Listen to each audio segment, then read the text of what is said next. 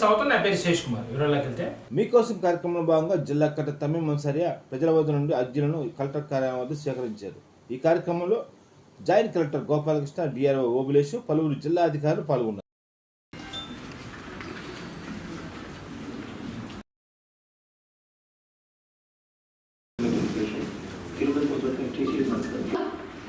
సరిగా మాట్లాడటం లేదు. ఏ కంప్లైంట్ కోసం ఏ కంప్లైంట్ కి వారు అర్జీ కూడా సో ఎలా సో పీజీఆర్ఎస్ నేను లాయర్ ఉన్నారు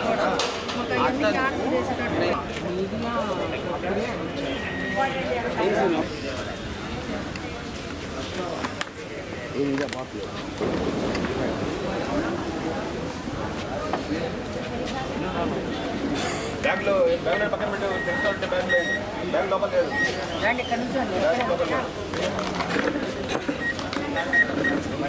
రామరా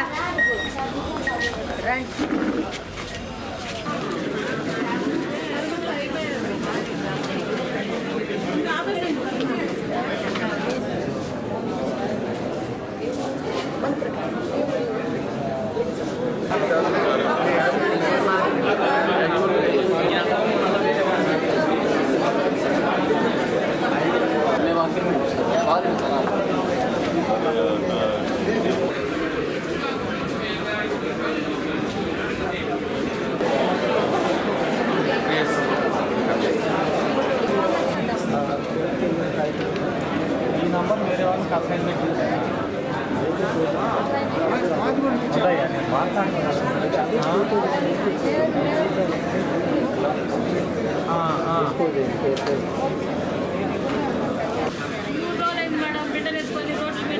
మధ్య నుంచి బయటకు వచ్చేసిన ఇంకా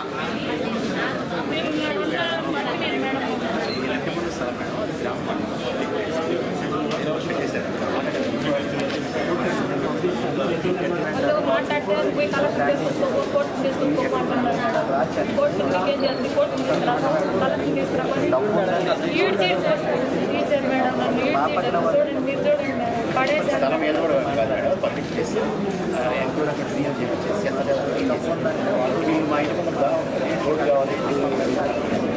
మాట్లాడారు 7 days అది క్లియర్ చేస్తే మీరు ఇంటికి పోయారు మేడం. లేకపోతే ఇక్కడ ఎవరన్నా పడి చచ్చిపడడం తప్ప మాకు ఇంటికి పడడానికి కూడా మాట్లాడకూడదు.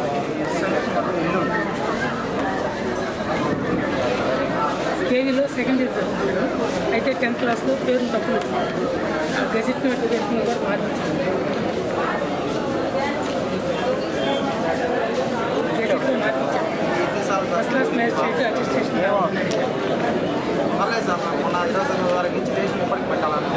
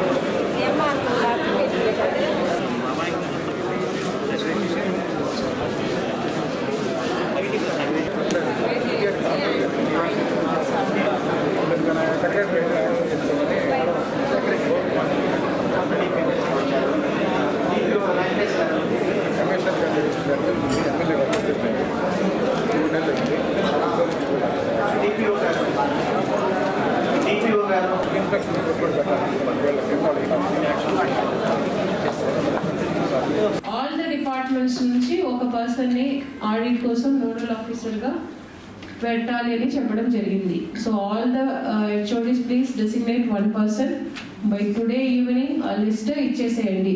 ఇక్కడ స్పెషల్ కలెక్టర్ గారు నోడల్ ఆఫీసర్ ఫర్ పీజీఆర్ఎస్ ఆయనకి ఇవ్వాలి.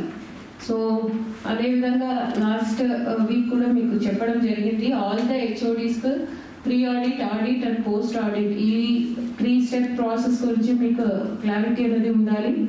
అదేవిధంగా మీకు ప్రీ ఆడిట్ మనం కలెక్టరేట్ నుంచి చేస్తున్నాము. ఆడిట్ మీ డిపార్ట్మెంట్ నోడల్ ఆఫీసర్ ఎవరైతే మీరు అపాయింట్ చేసి ఉన్నారో మీ టీం డిపార్ట్మెంట్ వైజ్ ఆడిట్, మీకు డిపార్ట్మెంట్లో వచ్చిన కంప్లైంట్స్ దానికి ఆడిట్ చేయడం.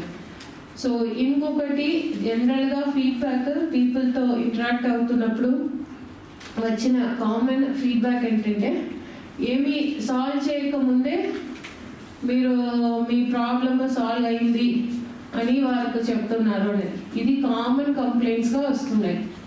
సో ఒకవేళ మీరు ప్రాబ్లమ్ సాల్వ్ చేయలేకపోతున్నారు ఆర్ మీ లెవెల్లో చేయలేరు ఆర్ చేయడానికి టైం పడుతుంది అంటే same information has to be communicated to the individual.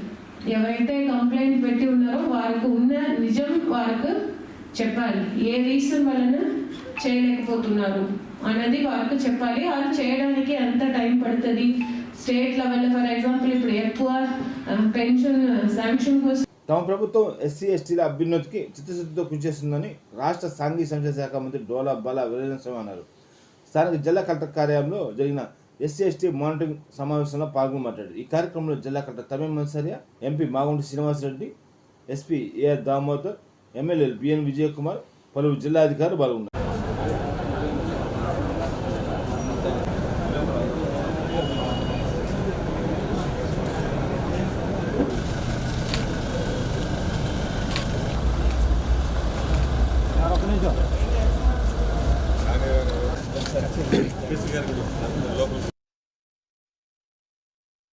Sir ఇటు చూడండి.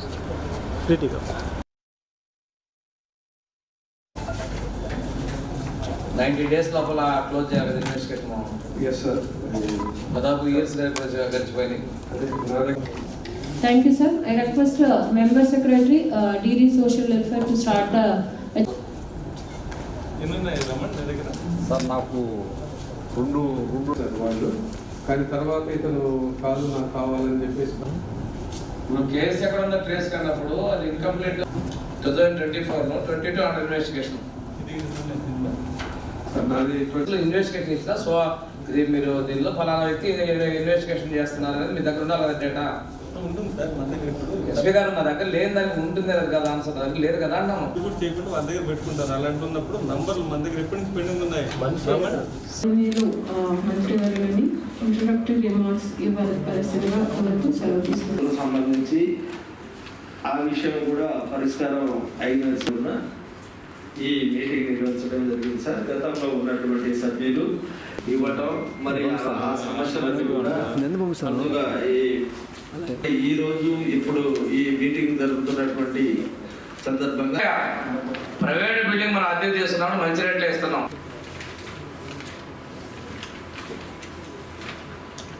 అప్పుడు ఈజీగా ఉంటుంది. చాలా గ్రామాల్లో ఉన్నాయి, మాకు కూడా కావాలి. యాక్చువల్గా మీరు 8 కిలోమీటర్లు తీసుకోవాలంటే చాలా ఇబ్బందిగా ఉంది. కాబట్టి ఆ స్కీము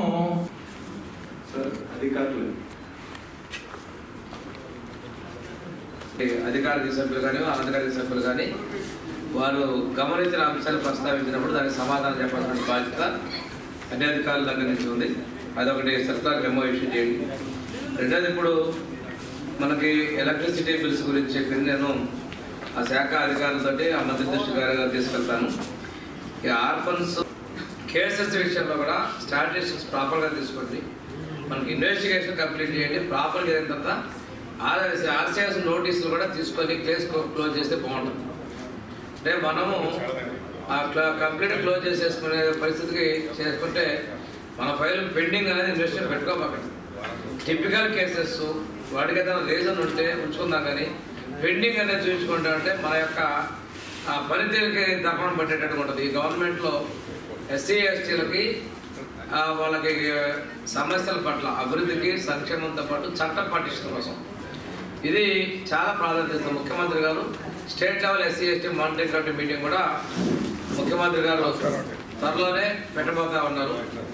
అందువల్ల మనం ఈ సమస్యల పట్ల ప్రతిదీ కూడా చూసి కేసులు పరిష్కరించే విధంగా చాలా ఎస్పీ గారికి కూడా కేసు వస్తే ముఖ్యమంత్రి గారు అవసరమైతే ప్రత్యక్షంగా కేసు సీరియస్ మాట్లాడుతున్నారు. ఇన్సిడెంట్ ఎప్పుడు కలెక్టర్తో మాట్లాడుతున్నారు. అదే మాతో చెప్పినప్పుడు నిన్న మీ ఎస్పీతో ఈ కేసు మీద నేను 2 సార్లు మాట్లాడాను, కలెక్టర్తో ఇష్యూ మీద మాట్లాడాను కూడా ముఖ్యమంత్రి గారు చెప్తాను. ఇంకోటి యాక్సిడెంట్లో చనిపోయిన పిల్లలు మొన్న హాస్టల్ పిల్లలు అయితే చనిపోతే వాళ్ళకు కూడా ప్రభుత్వం సీఎం రిలీఫ్ ఫండ్ ద్వారా కూడా కలెక్టర్ ప్రతిపాదన పంపించారు. యాక్సిడెంట్ 3 చనిపోయారు ఒక రోజు పండుగ సందర్భంగా, వాళ్ళకు కూడా పేమెంట్స్ ఇస్తున్నారు. అలాంటివి అన్నీ కూడా ఉన్నప్పుడు కూడా ప్రభుత్వం ఏ ఒక్క స్థానంలో నిర్లక్ష్యం చేయడం లేదు. పట్టా కావాలంటే వాళ్ళు ఆన్లైన్లో పెట్టుకోవచ్చు. సో మీరు అన్ని మీ కాన్స్టిట్యూన్సీలో ఉన్న అన్ని చోట్ల ఎవరికి విలేజ్ వైజ్ ఎంత కావాలో మీరు ఐడెంటిఫై చేసి వాళ్ళకి చెప్తే, ఇక్కడ కూడా మేము తహసీల్దార్స్గా అదేవిధంగా ఆర్డీఓస్ కూడా చెప్పి ఉన్నాము. ఈవెన్ మనం ఇది నోటీస్ చేసాము ఈస్ట్ వీరాయపాలెంలో. అక్కడ డిమాండ్ ఎక్కువ ఉన్నప్పటికీ మనకు ఆన్లైన్లో వారు అప్లికేషన్స్ పెట్టుకున్న వారు తక్కువనే ఉన్నారు. సో ఎంతమందికైనా ఎంత కావాలన్నా వారు పెట్టుకోవచ్చు. మెంబర్స్ పేర్లు వాళ్ళ ఆధార్ రేషన్ కార్డు ఇచ్చేసేస్తారు. వాళ్ళు ఇచ్చిన దానికి మీకు వచ్చే రిప్రజెంటేషన్ అంటే Aadhaar ration card duplicate clear చేసుకొని నంబర్ పెట్టి టాలీ చేసుకున్నాం. ఇప్పటివరకు ఏంటంటే మేము అర్జీలు తీసుకున్నామంటే తెల్లవారి పొద్దున ఎప్పుడు ఇస్తున్నాం వస్తారు. ఎమ్మెల్యే తీసుకున్నాడంటే రిప్రజెంటేటివ్ తీసుకున్నాడంటే 2 నెలల ఇంకా మా సైట్ వస్తారు. అందుకోసం గవర్నమెంట్ స్కీమ్ అనౌన్స్ చేశారని తీసుకున్నాను ఎమ్మెల్యేస్ ఉన్నారు. కానీ గవర్నమెంట్ మిమ్మల్ని అడుగుతున్నప్పుడు అంటే మీ దగ్గరకు వచ్చిన రిప్రజెంటేషన్ బేస్ చేసుకొని ప్రకాశం డిస్టిక్లో బడ్జెట్ 7,000 ఉందని మీరు చెప్తున్నారు. కానీ జెన్యున్గా బడ్జెట్ వచ్చేసరికి ప్రకాశంలో 15,000 20,000 బడ్జెట్ ఉంటుంది. అది రావాలి అంటే ఎమ్మెల్యేస్ అందరూ ఎమ్మెల్యేస్ కూడా విలేజ్ మీద మనకి ఎంత రిక్వైర్ ఉంటే మనం కూడా ఒకటి రేషన్ కార్డు ఆధార్ కార్డు తోటి మనం సబ్మిట్ చేస్తే ఫ్యూచర్లో ప్రకాశాన్ని కాటమరాజు జిల్లాగా మార్చి రాజధానిగా దొనవన్ ప్రాంతాన్ని ఎంపిక చేయాలని సమాజ్వాదీ పార్టీ రాష్ట్ర అధ్యక్షుడు పాసం వెంకటేశ్వర్లు డిమాండ్ చేశారు. అందరికీ నమస్కారం. నా పేరు పాసం వెంకటేశ్వర్లు, సమాజ్వాదీ పార్టీ రాష్ట్ర అధ్యక్షులు, ఆంధ్రప్రదేశ్. మిత్రులారా, సోదరులారా, భౌగోళికంగా పరిపాలన కోసం ఈరోజు కొత్త జిల్లాల ఏర్పాటు విషయం తెరపైకి వచ్చింది. చాలా సంతోషం. అయితే ప్రకాశం జిల్లా నుంచి మార్కాపురం జిల్లాగా పశ్చిమ ప్రకాశంగా డిమాండ్ ఉన్న విషయం వాస్తవము. ఈరోజు పశ్చిమ ప్రకాశంలో ఉన్నటువంటి 5 నియోజకవర్గాల్లో కూడా మీరు చూసినట్టయితే మరి ఈరోజు దర్శిలో ఉన్నటువంటి ముళ్ళమూరు, తాళ్ళూరు, కనిగిరి నియోజకవర్గంలో ఉన్నటువంటి ఈరోజు సిఎస్పురము, పామూరు, పీసీపల్లె, ఇవి ఎక్కడో ఉన్నటువంటి కందుకూరు నియోజకవర్గం, కొండేపు నియోజకవర్గం ఆనుకొని ఉన్నాయి. అట్లాగే ఉదయగిరి నియోజకవర్గం ఆనుకొని పామూరు, మరి ఆ మండలాలు చూసినట్టయితే భైరవకోన చాలా దూరం. అంటే భౌగోళికంగా ఏదైతే పరిపాలనకు దగ్గరగా ఉండటం కోసం చేస్తున్న ప్రయత్నంలో మరి ప్రభుత్వాన్ని మేము డిమాండ్ చేస్తూ ఉన్నాం. ఖచ్చితంగా మాకు ప్రకాశం జిల్లా నుంచి పశ్చిమ ప్రాంతంలో ఉన్నటువంటి జిల్లాను వేరు చేయాలని కోరుకుంటూ, ఆ జిల్లాలో పరిపాలన దక్షుడు రాజు అయినటువంటి కాటమరాజు గారు ఈరోజు చూస్తే దర్శి నియోజకవర్గంలో కుర్చేడు, దొనకొండ, గంగదొనకొండ, ఎర్రగొండపాలెం నుంచి పెదారవిడి మండలం నుంచి మరి ఈరోజు మరి గుండంచెర్ల, మాగుటూరులో ప్రతి సంవత్సరం కూడా 1,00,000 మంది పైన భక్తులు వచ్చేటువంటి పరిస్థితి ఉంది. అటు పిమ్మట ఆయన యుద్ధం చేసినటువంటి కనిగిరి కోటగా ఏర్పాటయ్యి కనిగిరి కోటను రాజ్యంగా చేసుకొని కొంతకాలంగా పరిపాలన చేశాడు అక్కడ. అయితే దక్షిణ భారతదేశం అంతా తిరిగినటువంటి కాటమరాజు గారు గోవులు మేపుకుంటూ మరి చివరి యుద్ధం అనేటువంటిది ఎర్రగడ్డపాడు అంటే ఎలవలపాడు దగ్గర ఉన్నటువంటి ఈరోజు గంగమ్మ తల్లి పక్కన ఉన్నటువంటి ఎర్రగడ్డపాడులో నేల కొరిగినట్టుగా అనేక ఆనవాళ్ళు చెప్తా ఉన్నాయి. కాబట్టి మా డిమాండ్ ఏంటంటే ఈ పశ్చిమ ప్రకాశాన్ని కాటమరాజు జిల్లాగా ప్రకటన చేయాలి. ఈ జిల్లాకు అందరికీ మధ్యలో ఉన్నటువంటి పొదిలి కానీ లేదు. ఈరోజు ఆ డిమాండ్ అట్టుంటే ఒక టైంలో రాష్ట్రానికి రాజధాని దొనకొండ అని చెప్పేసి కొంతకాలం ప్రచారం జరిగి అది కనుమరుగయ్యింది.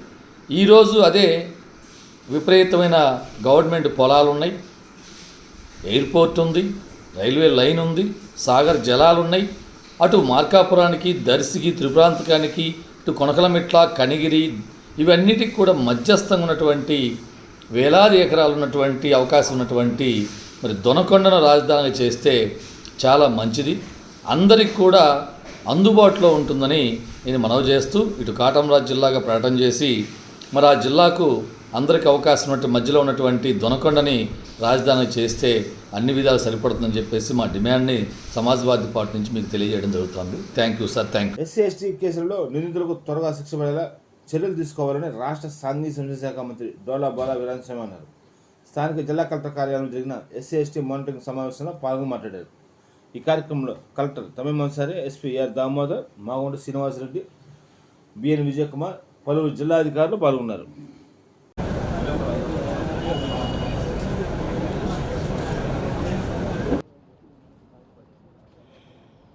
జిల్లా విజిలెన్స్ అండ్ మానిటరింగ్ కమిటీ సమావేశాన్ని నిర్వహించుకోవడం జరిగింది. దీనిలో కేసులు త్వరితగతిన పూర్తి చేయాలని, అదేవిధంగా వీలైనంత తొందరలో ఛార్జ్షీట్లు వేసి విచారణ పూర్తి చేసి నిందితులకి శిక్ష పడే విధంగా చర్యలు తీసుకోవాలని చెప్పి డిసైడ్ చేయడం జరిగింది. అదేవిధంగా ఎస్సీలకు సంబంధించినటువంటి శ్మశానాలకు సంబంధించిన చాలా సమస్యలు ఉన్నాయి. వాటన్నిటికి కూడా ప్రభుత్వ భూములు ఉన్నంతవరకు ఇవ్వడం, లేనట్లయితే గుర్తించి వాటిని ల్యాండ్ ఎక్విషన్ కింద అయినా కానీ తీసుకునే విధంగా చేయాలనేది ఈ సమావేశంలో నిర్ణయించడం జరిగింది. దీంతో పాటుగా ఎస్సీ ఎస్టీ అట్రాసిటీ కేసెస్లో మానిటరింగ్ రిలీఫ్ అనేది కూడా ప్రభుత్వం పూర్తి స్థాయిలో ఇవ్వాలి అనే ఉద్దేశంతో రిలీజ్ చేసినంత వరకు కూడా ఎవరికైనా బ్యాంక్ అకౌంట్లో టాలీ కాకపోతే పోలీసు, రెవెన్యూ రెండు శాఖలు కలిసి వారిని ఐడెంటిఫై చేసి త్వరితగతిన పేమెంట్ చేయాలనే నిర్ణయాన్ని కూడా ఈ సమావేశంలో తీసుకోవడం జరిగింది. ఇంతేకాకుండా సివిల్ రైట్స్ డేని కూడా రెగ్యులర్గా నిర్వహిస్తున్నప్పటికి కూడాను మీడియాకి, ప్రజలకి పూర్తి స్థాయిలో మీడియా ద్వారా ఆ సమాచారం రావడం లేదు. మీడియా ద్వారా పబ్లిక్లో అవగాహన కల్పించాలనేది కూడా నిర్ణయించడం జరిగింది. దీంతోపాటు మనం ఈ అట్రాసిటీ కేసెస్లో మరణించినటువంటి ఉద్యోగాలు ఇవ్వాల్సినటువంటి వాళ్ళు 12 మందిని గుర్తించడం జరిగింది. అందులో ఇద్దరికి ఇవ్వడం జరిగింది. ఇంకో 4గురికి త్వరలోనే ఉద్యోగాలు కల్పించే విధంగా చర్యలు తీసుకోబోతున్నాం. మిగిలిన వాళ్ళకు కూడా వెరిఫికేషన్ మిగతా ప్రాసెస్ పూర్తయిన తర్వాత ఇవ్వాలనేది నిర్ణయించడం జరిగింది. ఎస్సీ ఎస్టీలకి పూర్తి స్థాయిలో న్యాయం చేకూరుస్తుంది, సప్లాన్ని అమలుపరుస్తుంది ఈరోజు ఉన్నటువంటి ఎన్డీఏ ప్రభుత్వం అనే విషయాన్ని కూడా ఈ సందర్భంగా మీకు తెలియజేసుకుంటూ, ప్రభుత్వం చెప్పిన విధంగా మనము ఇళ్ల స్థలాలకు కూడా డిమాండ్ ఉన్నంతవరకు ఏదైనా రిప్రజెంటేషన్ తీసుకుంటే వాటి నీడ్ బేస్డ్గా వాళ్ళకి అవకాశాలు కల్పించే విధంగా చర్యలు తీసుకోవాలని కూడా ఈ సందర్భంగా నిర్ణయించడం జరిగింది. కొన్ని సమస్యలు చెంచుగూడాల ప్రాంతాల్లో విద్యుత్ సమస్యలను కూడా సభ్యులు తెలియజేయడం జరిగింది. ఆ సమస్యల బిల్స్ విషయంలో అది 2-3 నెలల సంబంధించి ఉమ్మడిగా ఒకటే బిల్లు రావటం, వాళ్ళు ఇబ్బందులు పడుతున్నారనేది తెలియజేశారు. దాన్ని సంబంధిత శాఖ అధికారుల ద్వారా వెరిఫికేషన్ చేయించి వాళ్ళకి న్యాయం చేసే విధంగా మేము ఉన్నాం. ఎందుకంటే ఈరోజు చెంచుగూడాలలో కూడా మేము మొట్టమొదటిసారిగా విద్యుత్ తినడం జరిగింది. ఈ విషయంలో విద్యుత్ శాఖ మంత్రి గారు ప్రత్యేకంగా చొరవ తీసుకొని ఏర్పాటు చేయడం కూడా జరిగింది. పాలొట్ల ప్రాంతంలో కూడా మేము విద్యుత్ ఇవ్వడానికి అన్ని ఏర్పాట్లు చేయడం జరిగింది. టెండర్లు కూడా దానికి సంబంధించి పిలవడం జరిగింది. ఈరోజు ఎస్సీ ఎస్టీల అభ్యున్నతికి మేము చిత్తశుద్ధి ఉన్నాం. కొంతమంది సభ్యులు అనాథలుగా ఉన్నటువంటి వాళ్ళకి ఈ తల్లికి వందనంలో పేమెంట్లో కొన్ని సమస్యలు ఉన్నాయని చెప్పారు. నాకున్నటువంటి సమాచారం అయితే అవి కలెక్టర్ అకౌంట్ ద్వారా డిస్ట్రిబ్యూషన్ చేయాలనేది ప్రభుత్వ నిర్ణయం ఉంది. అది ఒకసారి విద్యాశాఖ అధికారులతో కూడా నేను చర్చించి ఎక్కడైనా 1-6 ఇలాంటి సమస్యలు ఉంటే వాటన్నిటిని కూడా పరిష్కరించే విధంగా మేము చొరవ తీసుకుంటామని మీకు తెలియజేస్తాము. ఏంటి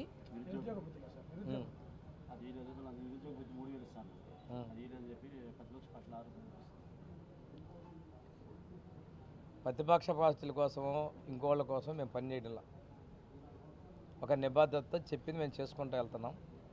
సూపర్ 6లో వరుసగా చేసుకుంటూ వస్తున్నాం. ఆ రోజు 200 రూపాయల పెన్షన్ 2000 చేసిన, 2000ని ఈరోజు 4 చేసిన. చంద్రబాబు నాయుడు గారు ముఖ్యమంత్రి ఉన్నప్పుడు చేశాం. మధ్యలో 2000, 3000 చేస్తామని ఆయన ఎన్ని ఆపసపాలు పడతాడో, అష్టకష్టాలు పడ్డాడో, చివరికి ఇచ్చింది 3000 3 నెలలే. వాళ్ళు మమ్మల్ని గురించి అడిగే అది అర్హత లేదు. తల్లికి వందనం ఎంతమందికి ఉంటే ఇస్తామనో అంతమందికి ఇచ్చాం. దాని మీద కామెంట్ చేశారు. అన్నదాత సుఖీభవ 7,000 రూపాయలు మొదటి విడత కేంద్రం ఇచ్చే 2,000 కలిపిచ్చాం. 20,000 రూపాయలు కూడా ఇస్తున్నామని చెప్పి తెలియజేస్తున్నాం. దీపం 2 కింద ఇప్పటికే 2 గ్యాస్ సిలిండర్లు ఇవ్వడం జరిగింది. 3వ గ్యాస్ సిలిండర్ కూడా పేమెంట్ జరుగుతూ ఉన్నాయి. మేము ఎక్కడ రాజీ పట్టంలా. ఈరోజు స్త్రీ శక్తి కింద ఉచిత బస్సు ప్రయాణం మహిళలకు ఇచ్చాం. పల్లెటూళ్ళల్లో కూడా వెళ్తే విపరీతమైన ఆనందంగా చెప్తా ఉన్నారు. ఇది చాలా మంచి పని చేస్తున్నారు ఉద్యోగస్తులు.